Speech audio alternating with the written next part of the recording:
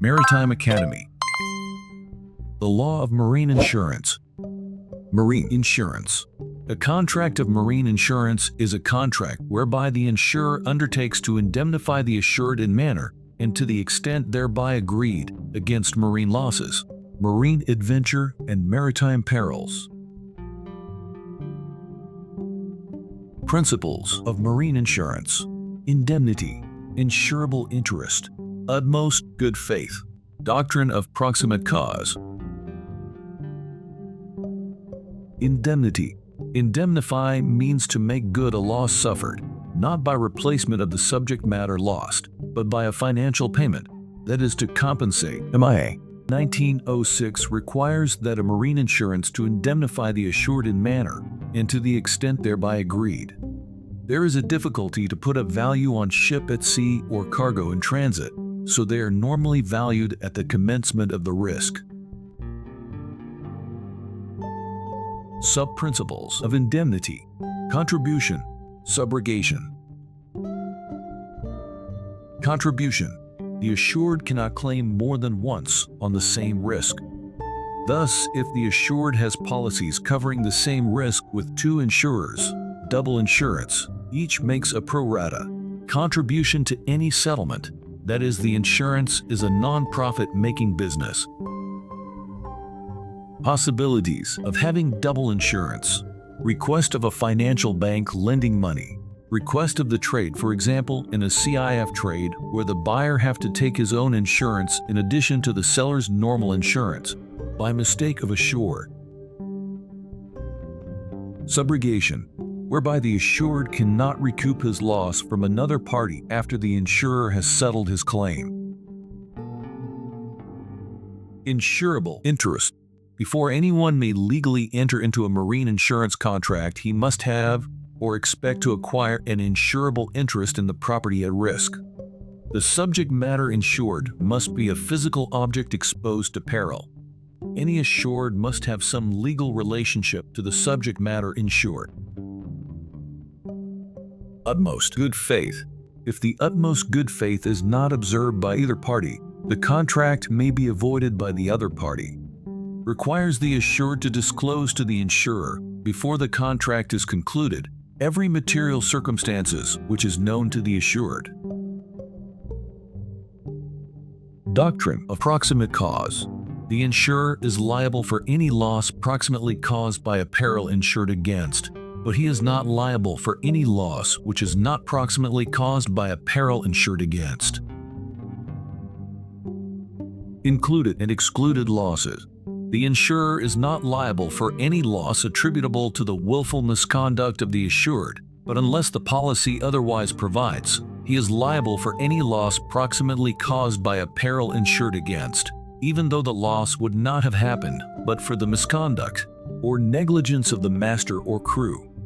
Unless the policy otherwise provides, the insurer on ship or goods is not liable for any loss proximately caused by delay, although the delay be caused by a peril insured against. Unless the policy otherwise provides, the insurer is not liable for ordinary wear and tear, ordinary leakage and breakage, inherent vice or nature of the subject matter insured, or for any loss proximately caused by rats or vermin, or for any injury to machinery not proximately caused by maritime perils.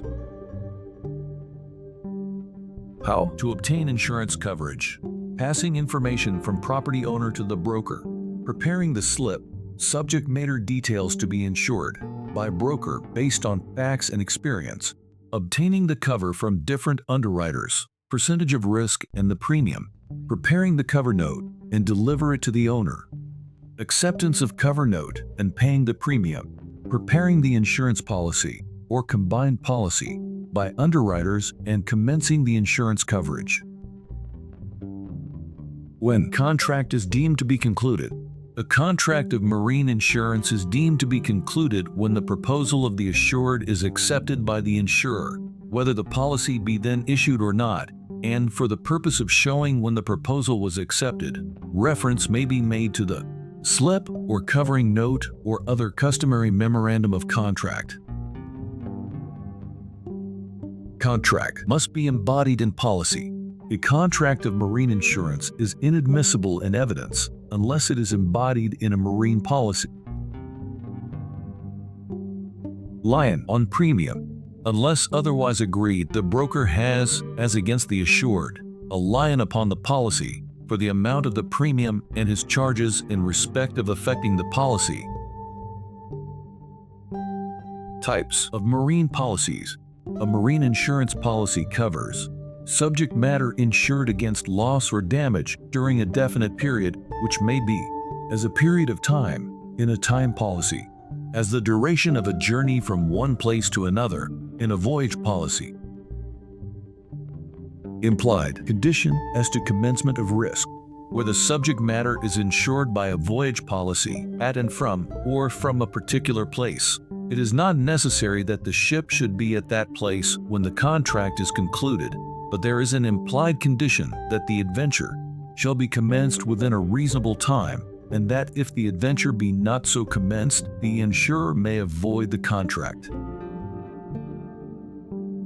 1. A valued policy is a time or voyage policy that specifies the agreed value of the subject matter insured, which is the usual practice. The insured value is the amount stated in the policy as the calculated value of the subject matter insured. Policies on hulls and on goods are now always valued policies. 2. An unvalued/open policy does not specify the value of the subject matter insured. Subject to a limit of the sum assured, it leaves the insurable value to be subsequently ascertained if and when a claim arises. Nowadays rarely used. Condition and warranty. A condition is an essential contractual term going right to the root of the contract.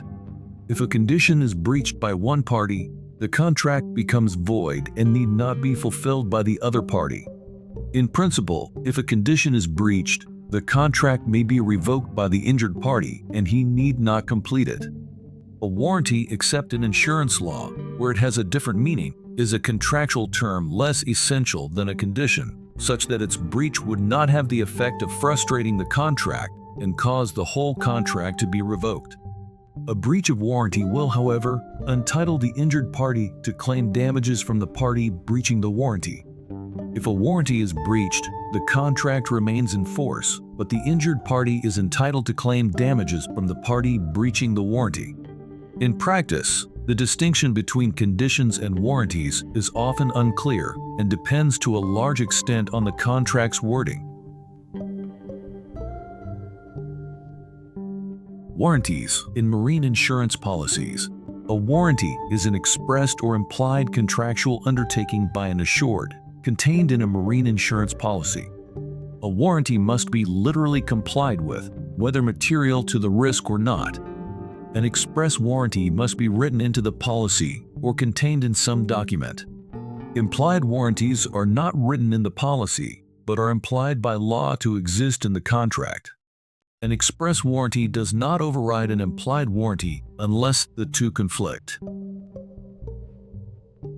There are two major implied warranties in marine insurance policies, covering seaworthiness, legality.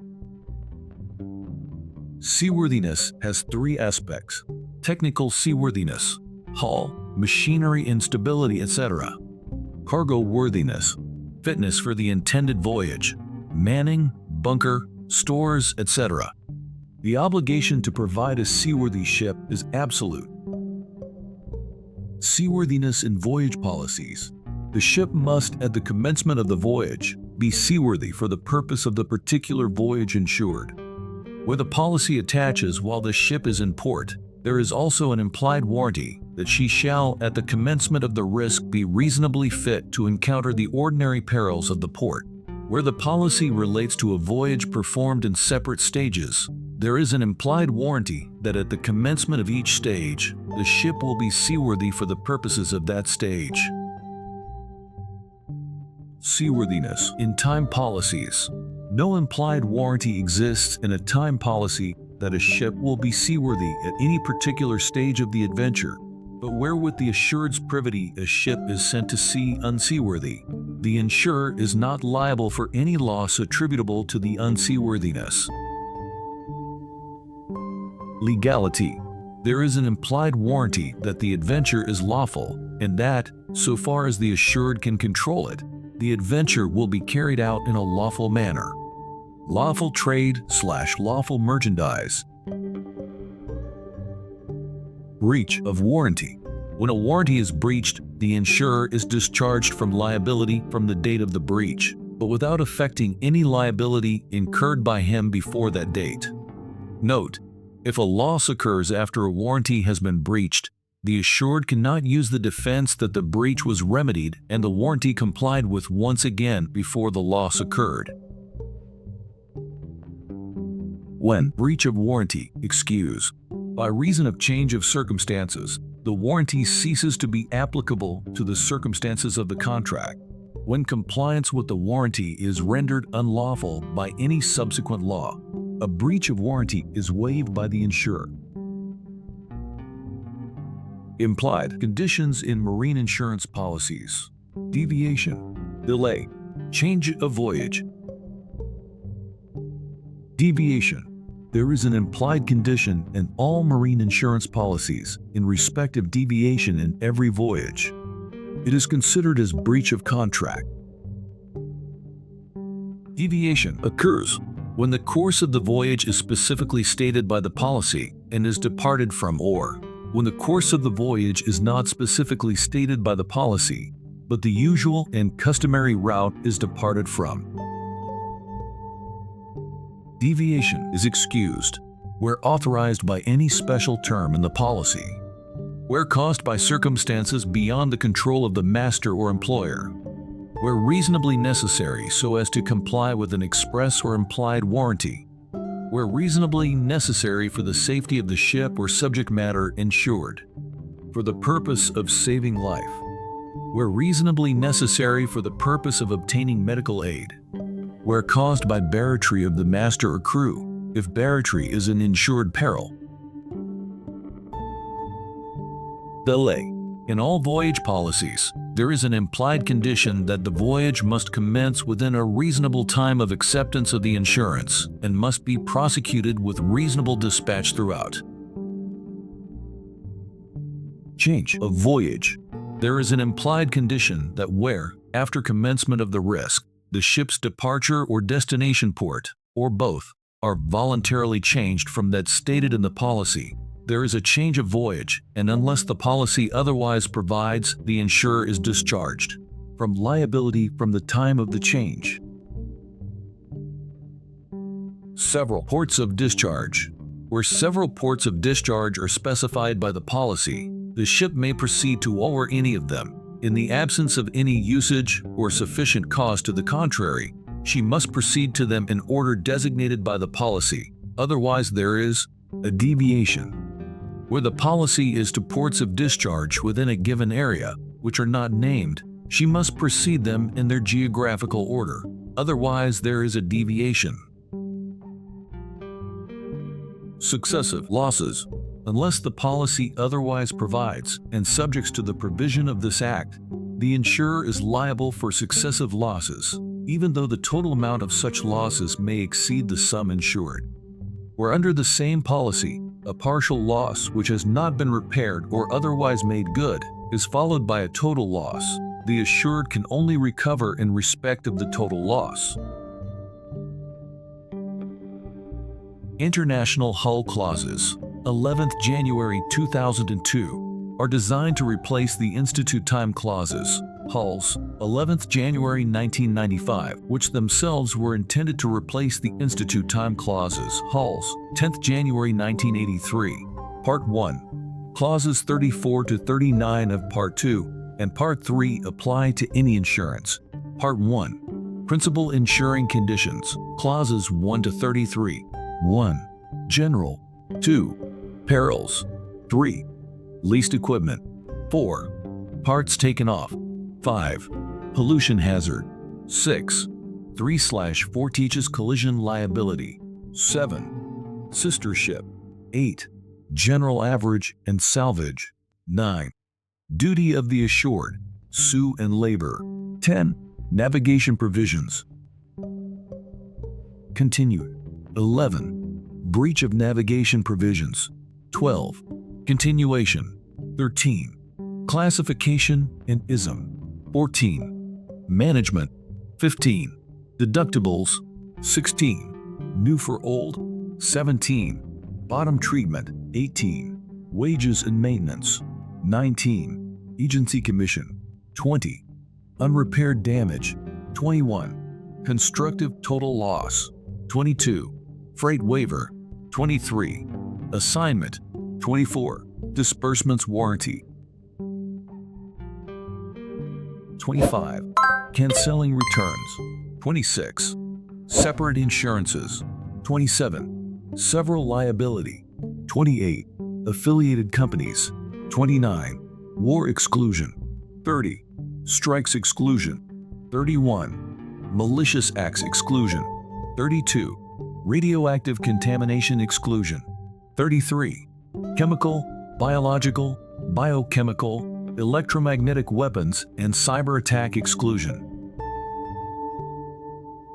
Part 2. Additional clauses. Clauses 34 to 44. 34.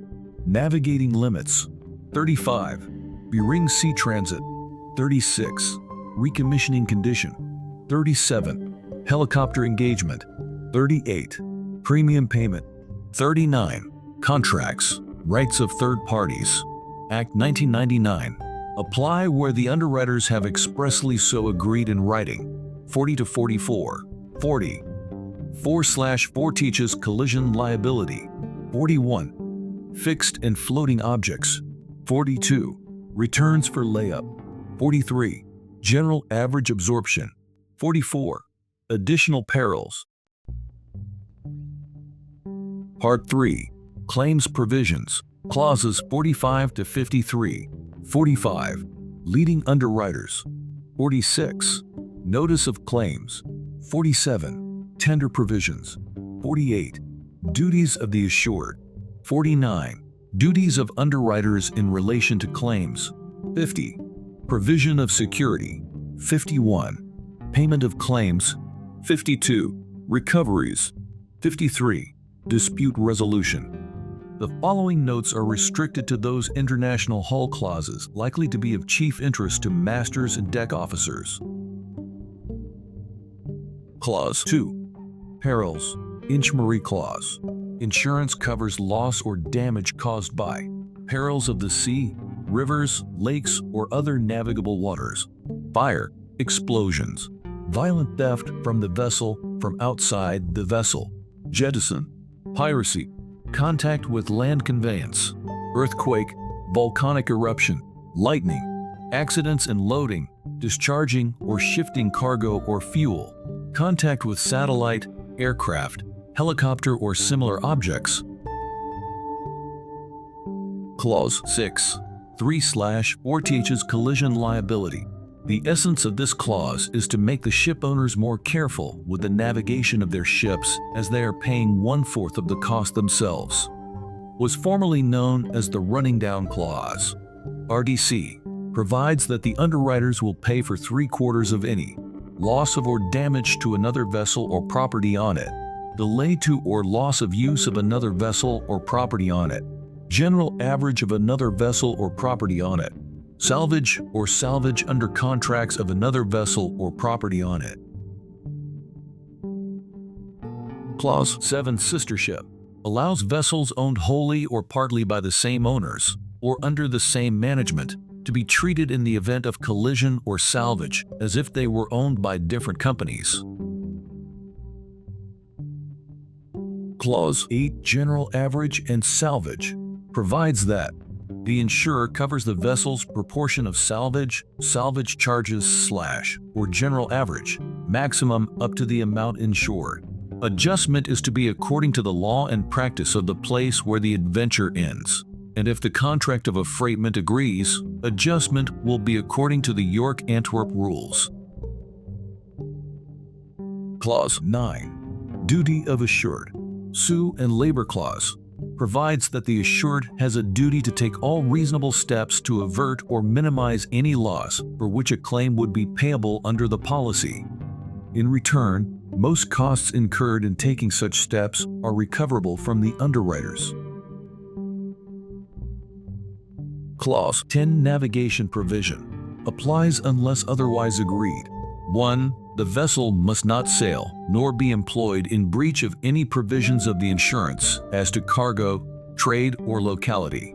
2. The vessel may sail or navigate with or without pilots, go on trial trips, and assist and tow vessels or craft in distress, but must not be towed, except as is customary, or to the first safe port or place when in need of assistance, or undertake towage or salvage services under a contract previously arranged on behalf of assured. 3. The assured must not enter into any contract with pilots or for customary towage which limits or exempts the liability of the pilots and / or tugs and / or towboats and / or their owners, except where the assured or their agents accept or are compelled to accept such contracts in accordance with established local law or practice. 4. The vessel must not be employed in trading operations which entail cargo loading or discharging at sea from or into another vessel. Clause 11. Breach of navigation provisions provides that the vessel is held covered in the event of a breach of Clause 10 only when the underwriters are given immediate notice of the breach and the policy is amended and any additional premium is paid. Clause 12. Continuation. Should the vessel be at sea or in distress, or missing, or at a port of refuge or port of call when the insurance expires, she shall, provided that due notice has been given to underwriters, be held covered at a pro rata monthly premium as far as her port of destination. Time policy. Clause 13. Classification and ISF. It is the duty of the assured, owners and mangers to ensure that the vessel must be classed with a classification society agreed by the underwriters. Condition: there must be no change, suspension, discontinuance, withdrawal, or expiry of vessel's class. Any recommendations, requirement, or restrictions imposed by the classification society relating to seaworthiness or maintenance in a seaworthy condition are complied with by the date set by the society. The owner or operator must have a valid dock in respect to SOLAS CH-IX. The vessel must have a valid safety management certificate.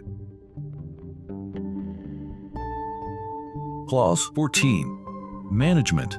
Unless the underwriters agree to the contrary in writing, the insurance will terminate automatically at the time of any change of ownership or flag, transfer of the vessel to new management, charter of the vessel on bareboat basis, requisition of the vessel for title or use by government in times of hostilities, vessel sailing with or without cargo, with an intention of being broken up or being sold for breaking up.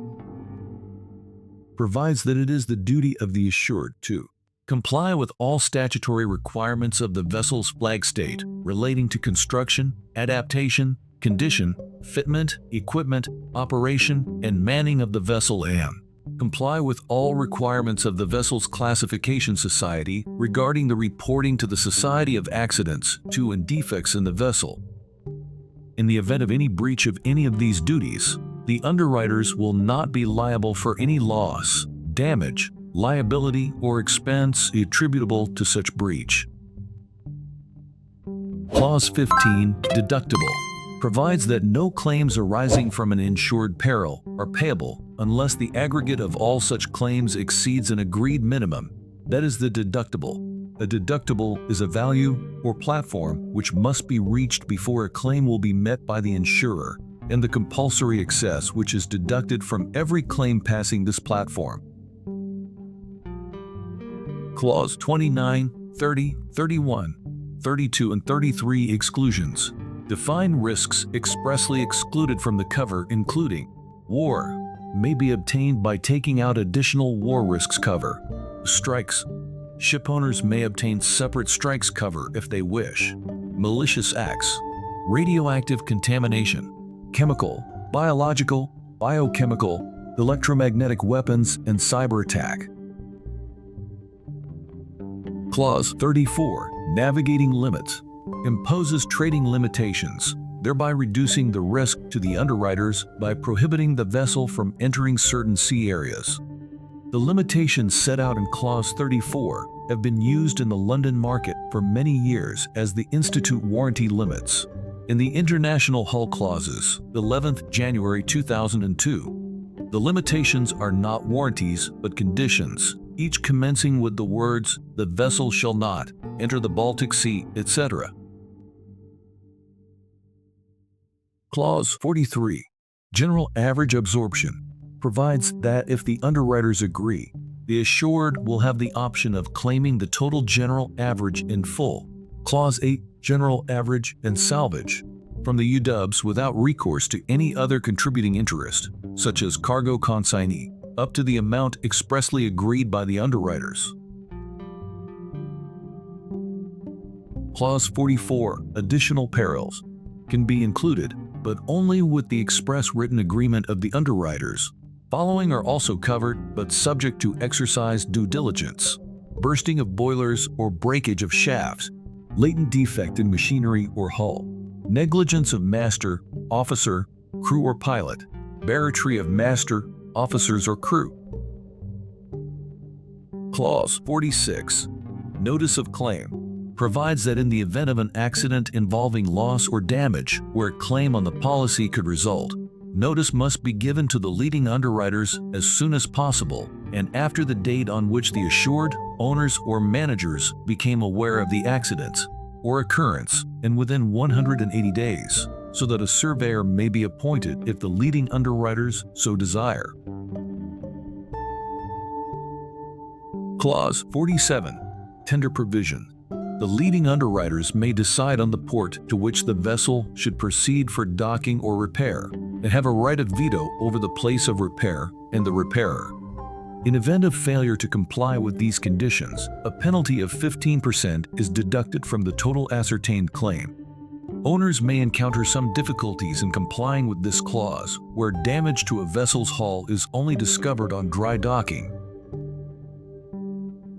Cargo Insurance.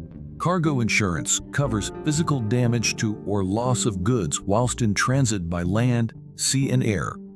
There is no statutory requirement to obtain insurance for goods in transit, but in international sales, the seller and buyer will usually agree that one party or the other will obtain cargo insurance. However, most policies incorporate the Institute cargo clauses A, B, or C. Institute Cargo Clause C. It gives cover only against major casualties: fire, explosion, vessel or craft stranded, grounded, sunk, capsized, overturning or derailment of land conveyances, collision or contact, discharge at a port of distress, general average sacrifice and jettisoned. Malicious damage is excluded but can be covered by the malicious damage clause for an extra premium. Theft is not covered. Institute Cargo Clause B. It extends the cover C to include earthquake, volcanic eruption, lightning, washing overboard, entry of sea, lake or river into the vessel, craft, hold, conveyance, lift van or place of storage, total loss of packages lost overboard or dropped overboard during loading or unloading. There is a deliberate damage exclusion requiring the addition of the malicious damage clause. Theft is not covered. Institute Cargo Clause A. It gives cover against all risks of loss of or damage to the subject matter insured, making the policy almost fully comprehensive. Note 1. Following are excluded from any above policies: ordinary leakage, ordinary loss in weight or volume, ordinary wear and tear, inherent vice, delay. Note 2. The following claims are always excluded: claim resulting from insufficient or unsuitable packing, claims for loss or damage arising from the insolvency or financial default of owners, managers, charterers, claims for loss or damage or expense arising from the use of any nuclear weapon, claims for damage caused by terrorists or persons acting for a political motive, claims from loss or damage arising from unseaworthiness of the vessel, craft, Claims from loss or damage arising from unfitness of the vessel, craft, hold lift van, where the assured or their servants are privy to such unseaworthiness or unfitness at the time the subject matter insured is loaded therein. Open covers. An open cover is a commonly used form of long-term cargo insurance covering all shipment forwarded by an assured during the duration of the open cover. The period of open cover is usually fixed at 12 months. The assured is honor-bound to declare and insure all his shipments during the term of the open cover. That is, he cannot choose to insure some and not others. The insurer is honor-bound to insure all the assured shipments, whether a loss is made before a declaration is made or not. Categories of losses. A marine loss may be a total loss, a partial loss, termed average. A total loss may be an actual total loss or a constructive total loss. A partial loss may be particular average or general average.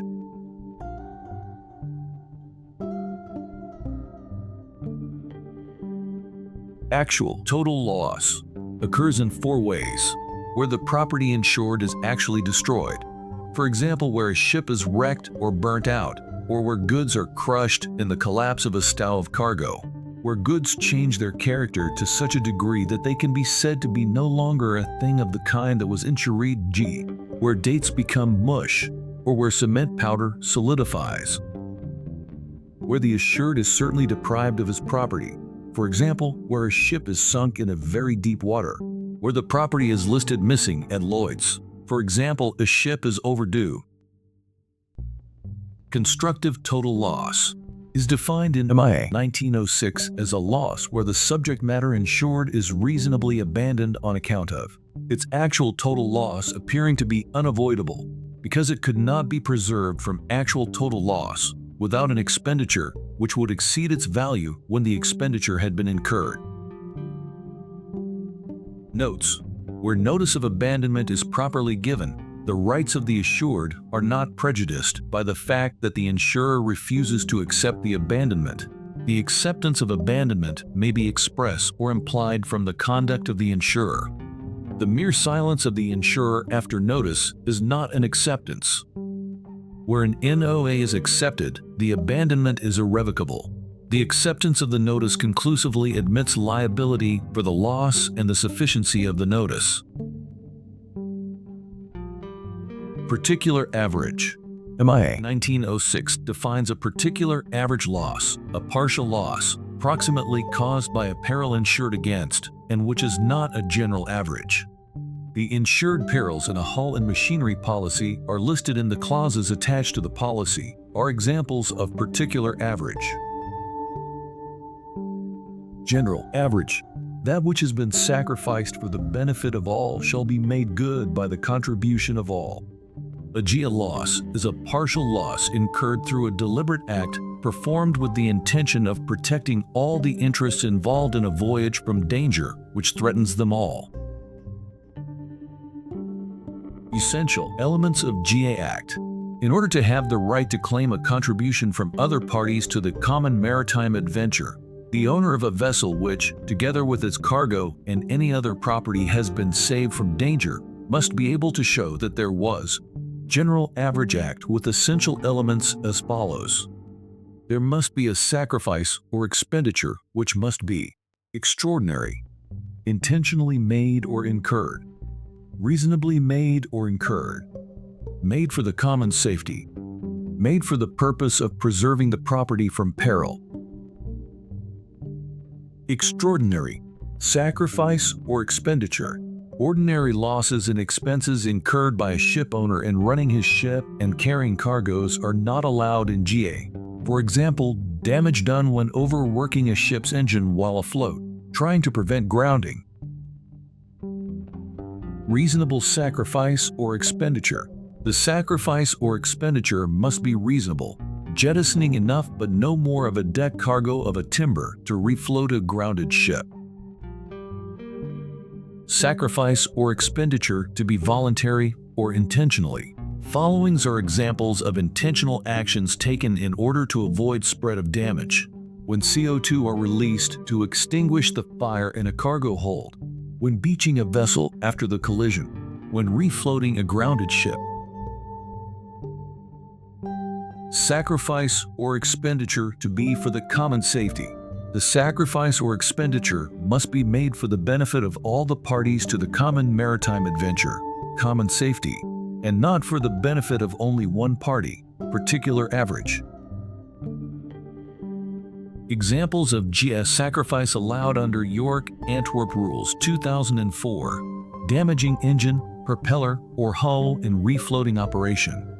Jettison of cargo from underdeck. Jettison of cargo carried on deck by a recognized custom of the trade. Slipping an anchor and cable to avoid a collision. Cost of hiring a tug to refloat a grounded ship with cargo on board. Cost of discharging cargo in order to refloat a ship to carry out repairs. Salvage costs, agency fees, port of refuge charges, average adjuster's fee. P&I clubs, protection and indemnity. History. Clubs were set up by a group of ship owners which were dissatisfied with the scope and cost of the H&M insurance. Ship owners became aware of the inadequacy of the insurance cover that they did have in respect of damage caused by their ships in collision with other ships. The usual cover for claims by other ships and their cargo for damage caused in collision excluded altogether 1/4 of such damage, and more seriously, was limited in amount to the insured value of the ship. In 1855, the first Protection Association was formed. These are associations of member ship owners and charterers, owned and controlled by the insured ship owner or charter members, for the purpose, basically, of mutual insurance against third-party liabilities which arise in connection with the operation of ships. Functions of P&I clubs generally insure ship owners and operators against third-party liabilities not covered by hull and machinery policies. Often insure entire company fleets, but tend to prefer owners with similar types and standards of fleet. May subject owners' vessels to inspection both before entry into the club and during membership. Strive to keep the calls on their members at a minimum. Disseminate information aimed at keeping members' premium down. Produce list of correspondents and reliable lawyers and surveyors. Produce standard form of LOI. May post bonds against members' ships when under arrest. Issue handbooks containing club rules and lists of correspondence, information bulletins, handbooks and videos to be kept on board. P&I correspondents are representative and not agents of the club for legal reasons. Will attend members' vessels when so requested by the master or the agent. Are generally well acquainted with club's rules and policy. Will report any occurrence likely to result in a claim to the club's managers. May, pending instructions, appoint surveyors to inspect damage. May be instructed by the club to offer a letter of undertaking in cases of possible liability. Different types of calls: advance calls, supplementary calls, refunds of call. Note: whereas with hull and machinery insurance, the cost of the insurance, the premium, is fixed at the start of the period of insurance, a P&I club member will not know exactly how much his insurance will cost for at least a year, and perhaps not for 4 or 5 years. Calls. Each P&I club sets a premium rating for an individual owner, reflecting the risks against which he requires cover, his fleet's ship types, ages, gross tonnage, trades, flags, crew nationality, exposure to risks, and other factors including the members' claims record and the likelihood of large claims in the coming year.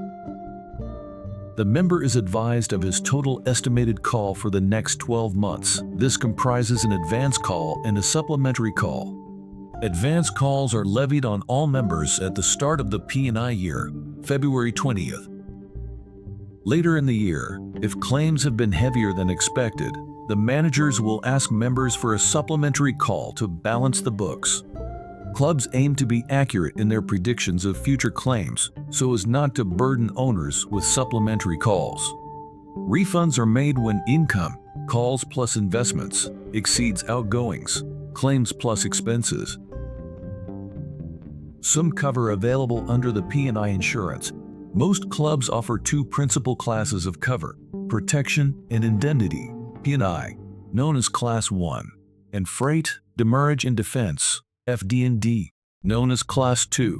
Protection and indemnity, P&I cover includes the following liabilities: a quarter collision liability, collision liabilities including excess collision liability, cargo loss, shortage and damage, injury, illness and death of crew, passengers and stevedores, repatriation of crew and substitute expenses MLC, diversion and other expenses incurred in landing refugees, sick persons, and stowaways, pollution by oil or other substances, property damage crew, contractual liabilities including those of customary towage, unrecoverable GA contributions, ship's proportion of GA when in excess of the insured value, salvors expenses under LOF, wreck removal ordered by law, fines for innocent breaches of regulations, legal and other costs of fighting and defending cases.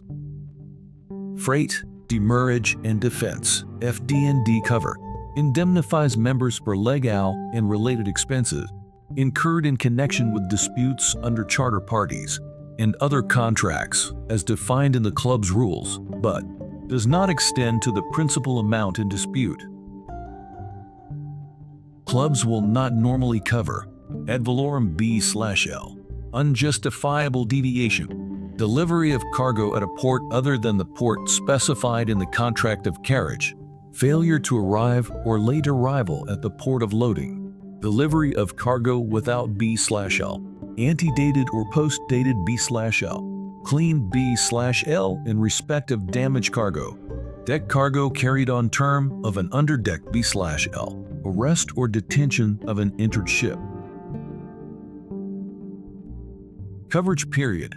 Give cover normally lasting a maximum of 12 months, with renewal traditionally commencing annually at noon UTC on February 20th.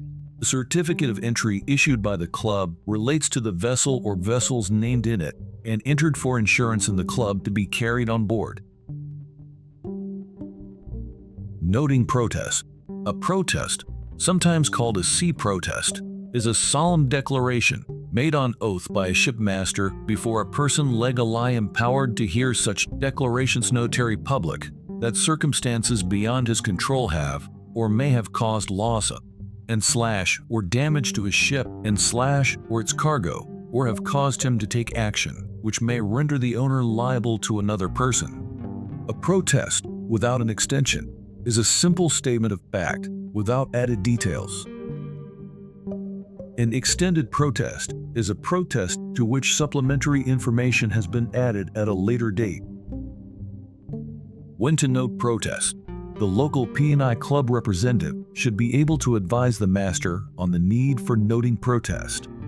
It may be prudent to note protest in the following situations: after every case of general average, after wind and or sea conditions have been encountered which may have damaged cargo, after wind and or sea conditions have been encountered which caused failure to make a canceling date, after cargo is shipped in a condition likely to deteriorate during the forthcoming voyage,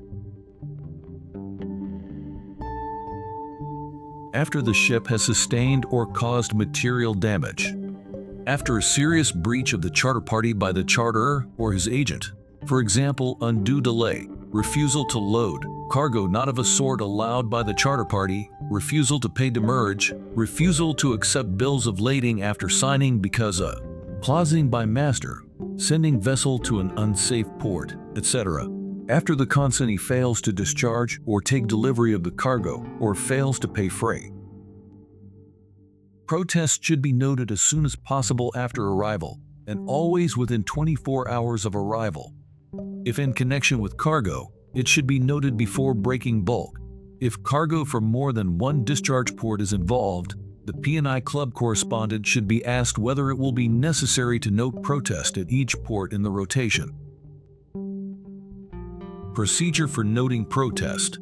The master should request the agent to arrange an appointment with the appropriate person before whom a protest can be made.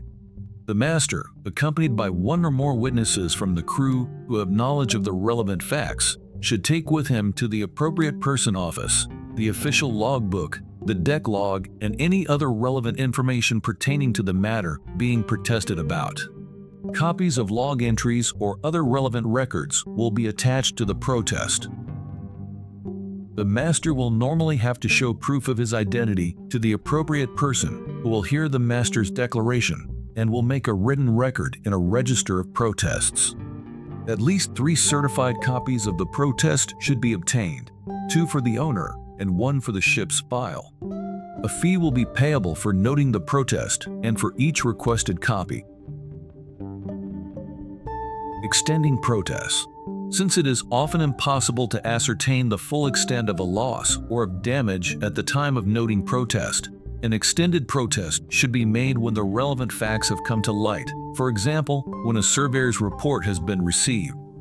It is therefore necessary at the time of making the original protest to reserve the right to extend the protest at a time and place convenient. An extended protest document will usually be required by an average adjuster preparing a general average statement. Extension need not be made in the same place as the original protest was made, but must be in strict conformity with local law regarding time limits and contents, and again, any relevant documents should be taken to the appropriate person. The extension is entered, witnessed, signed, and sealed in the same manner as the initial protest. Letters of protest. A letter of protest, which may also be simply called a protest, is a written communication intended to convey and record dissatisfaction on the part of the protester concerning some matter over which the recipient has control, and holding the recipient responsible for any consequences of the matter being complained of. A letter of protest may help to substantiate a claim by the owner or refute a claim by a charterer, harbor authority, etc. Letters of protest may be sent, in appropriate circumstances, by the master of any ship, in any trade, and can be expected to be received by the master of any ship.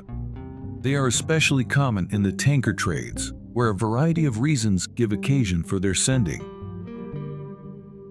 Letters of protest are in most cases in connection with cargo operations.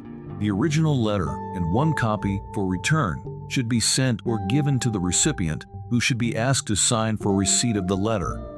The recipient will normally sign for receipt only, so as to avoid any implication that he accepts liability. The signed, returned copy of the protest letter should be placed in the ship's file, and copies of this should be sent to the company and the port agent. When to send a letter of protest. A letter of protest should be sent to the person in charge of the relevant operations, for example, stevedore, etc., in any of the following circumstances: when there is a discrepancy between ships and shore cargo figures, when the rate of loading or discharging is too slow or too fast, when berth or fendering arrangements are inadequate, when gangs are misusing ships' equipment and ignoring duty officers' advice, when passing vessels cause ranging, wash damage, etc., whilst loading/discharging. In any other situation where the master wishes to formally record his dissatisfaction with arrangements over which the other party has some control. Circumstances may arise when it is appropriate to send a letter of protest to the master of another vessel, for example, when there is a discrepancy as to the quantity of cargo received from a vessel being lightened, when there is a discrepancy as to the quantity of bunkers received from a bunker vessel, etc., when another vessel is causing or likely to cause damage to own ship, for example by mooring/berthing too close.